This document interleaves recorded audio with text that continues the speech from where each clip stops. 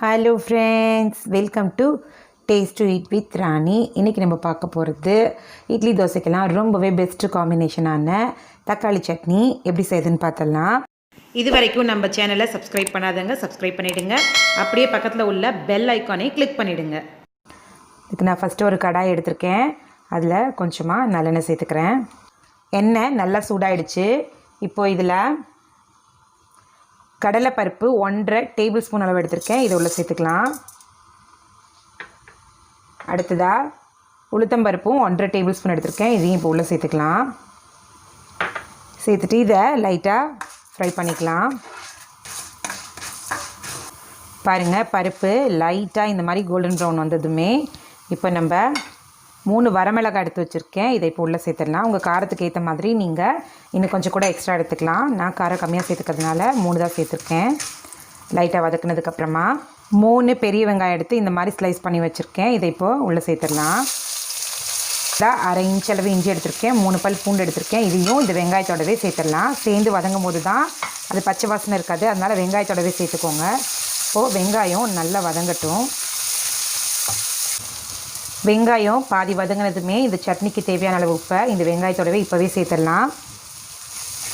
எல்லாத்தையும் நல்லா வதக்கிக்கலாம். வெங்காயம் இன்னும் நல்லா வதங்கட்டும்.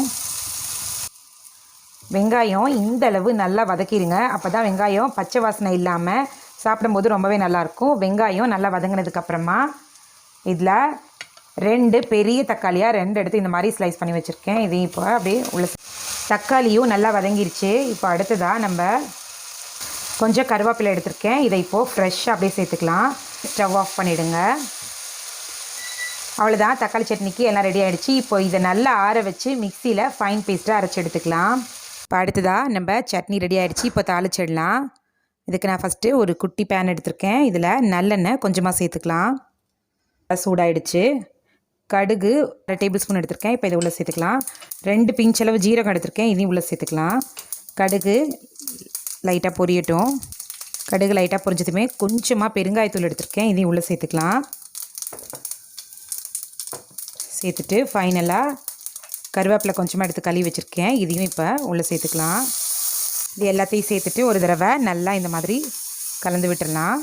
இப்போது இதை அப்படியே சட்னியில் சேர்த்துடலாம். அவ்வளோதான், பாருங்கள், நம்ம தக்காளி சட்னி கம்ம கம்மன்னு வாசத்தோட ரொம்ப சூப்பராக தயாராகிடுச்சு. ரொம்ப டேஸ்ட்டாக இருக்குது. கண்டிப்பாக நீங்களும் ட்ரை பண்ணி பாருங்கள். ட்ரை பண்ணி பார்த்துட்டு எப்படி இருக்குன்னு கமெண்ட்டில் சொல்லுங்கள். இந்த வீடியோ உங்களுக்கு பிடிச்சதுன்னா லைக் பண்ணி, ஷேர் பண்ணி, கமெண்ட் பண்ணி, மறக்காமல் சப்ஸ்கிரைப் பண்ணிவிடுங்க. தேங்க்யூ ஸோ மச் ஃபார் வாட்சிங்.